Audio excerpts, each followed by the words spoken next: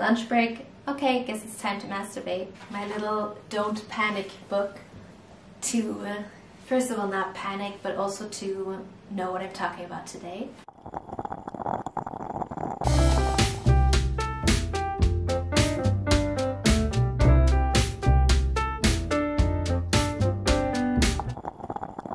Hi, my name is Lara, and welcome back to Coffee Time Erotica. I talk mostly about sex on this channel.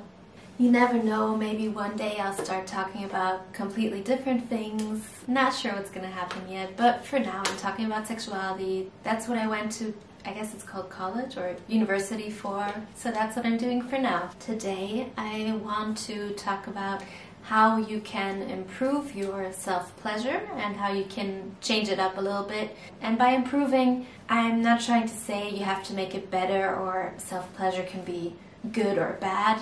That's not what I'm trying to say, because sexuality and self-pleasure, which belongs to sexuality, is something very subjective, and for everyone it can be different. So there's no good or bad, but for every individual there is even more pleasurable, less pleasurable, more fun, less fun. On the one side, as I always say, improving your own sexuality with yourself, your self-pleasure, will always help you have a more exciting, more pleasurable and beautiful sexuality with someone else, because the more you do and change up things with yourself and learn about yourself, the more you can share that with someone else. And so in particular, it gives you the chance to learn new things about your arousal, about your body, about what you like, what you don't like. It can show you things that you didn't know you were able or capable of doing, so it could show you that you can actually have even more intense orgasms that you didn't know about. And it just shows you how your body functions. Even if you've self-pleasured for 20 or 30 years or 10 years, I'm sure you haven't tried out all of these things, so give it a chance to see what secrets your body might still have for you. So what I'm trying here is to teach you a few things that you can change in your self-pleasure to make it even more fun and enjoyable for yourself. Because if not for the fun moments, what are we here for? I have decided to do kind of two categories for today. The one category is things that you can change that are a little easier and not as difficult, and maybe like fast changes to try out in your self-pleasure. The second category that I did was more maybe complicated changes, advanced changes that you can take for your self-pleasure. So yeah, feel free to try any of the following. First thing that is super easy to change is to change the frequency and to change the duration of your self-pleasure. So maybe if you're someone who self-pleasures daily, it could be a change for you to just do it every other day, and it might get more exciting just because it's less often. That's how it is in life. At the same time, if you do it like once every 2 weeks, maybe you want to try out to self-pleasure daily or every 2 days, just to see what change that makes. Because both in a way is true. If you do something all the time, it's less special and maybe less exciting. But at the same time, if you're someone who doesn't do it often, actually doing it more often can make it more exciting, because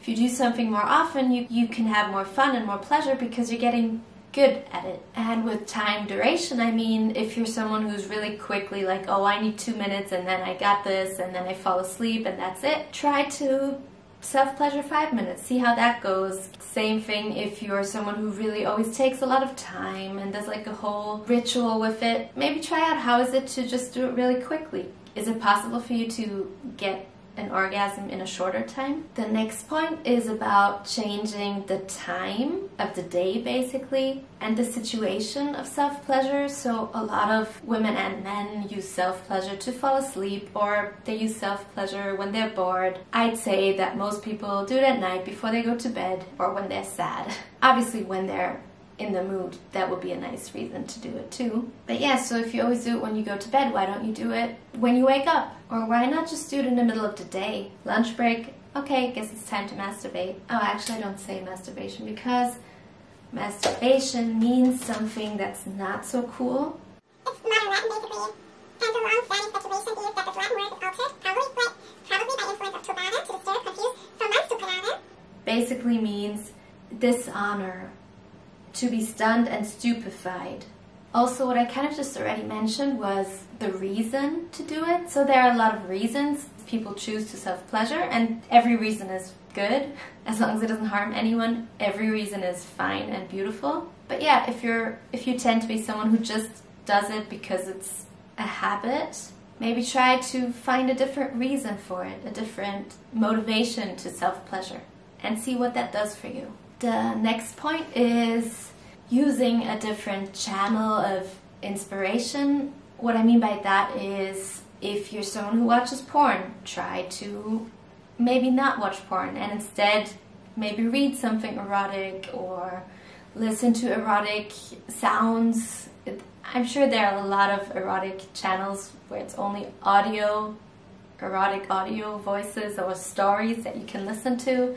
Maybe use your fantasies in your head instead of watching porn. And the same goes the other way around. If you're someone who never watches porn, maybe it could be exciting for you to try it out for one time. If you're someone who's really good with fantasizing about things, how about just trying to read something erotic to just broaden your channels of inspiration? Because in the end, the more channels you have, the more exciting it can be for you. And even if you notice, no, you really don't like porn, or you really don't like to read erotic things, or it doesn't turn you on to create a fantasy in your head, you don't have to do it again, but you can try it out.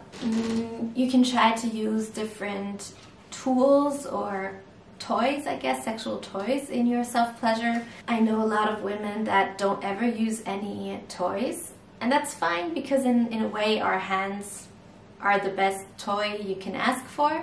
But again, try to do something new if you feel like your self-pleasure is a little bit boring or not as special, or your orgasms are not so amazing at the moment. How about trying a dildo or a vibrator or some fruit, as long as you stay safe. Be creative in the sense of what can you add to your self-pleasure that is not only your hands. Another easy way to change up self-pleasure is to create a scene, so creating a space that is different from the space that you usually would have to self-pleasure. So if you're usually in the dark underneath the blanket, maybe this time you want to be in the light with beautiful flowers around you, with candles or a nice scent, or maybe in the bathtub. Change up the spaces and the whole scene around it. But yeah, think about, your body can orgasm in many ways, and sometimes some people have only learned to orgasm laying down on their belly or laying on their back, instead of trying to stand up while doing it, trying to kneel on the floor. There are a lot of positions you can train your body to come in. And sometimes you don't have to train it because it can just happen, but for some people it's kind of a training and an exercise to come in a different position. And now we will get to the more difficult ways of changing up your self-pleasure, or the more advanced ways. And maybe some of the things that I'm going to mention, you might feel like, why is that more difficult? But I'm telling you, you will notice once you try it out, because the things are not especially difficult to do, but they might be not as arousing as what you're used to, or it might change your lust to do them. But I'm also telling you, if you really try it a few times, it might be even more arousing than what you have done in the past. So let's see what I've got. The first tip or idea is that you use the other hand than you would usually use. If you're a lefty like I am, you might always be using your left hand to self-pleasure, but not the next time. Next time you'll try to use your right hand and see how that feels. It's a very interesting experience, and it's crazy how just changing the hand can change everything. And as I just mentioned, you might have the feeling it's less pleasurable, so why should you do it? But if you do it a few times, you might learn how to do it with the other hand, and it can be even more pleasurable because it's something new and it's exciting. The next thing you can do is include more movement. That's basically what I say in almost every of my videos, is moving more, because it can change so much. And try to move more. Move your hips, move your whole body. Try to be not as tense but more fluid. and especially for the men. So men tend to often be more tight in self-pleasure and to not really move their body, and instead they move their hand really quick. They move their hand super quick, but not their body. And for you, if you're a male and you're listening, try to just use your hand as your hand, but not as the main movement part. So just have your hand still and use your hip and your pelvic muscles to penetrate your hand, basically. So it's not the hand moving, but your body moving into the hand.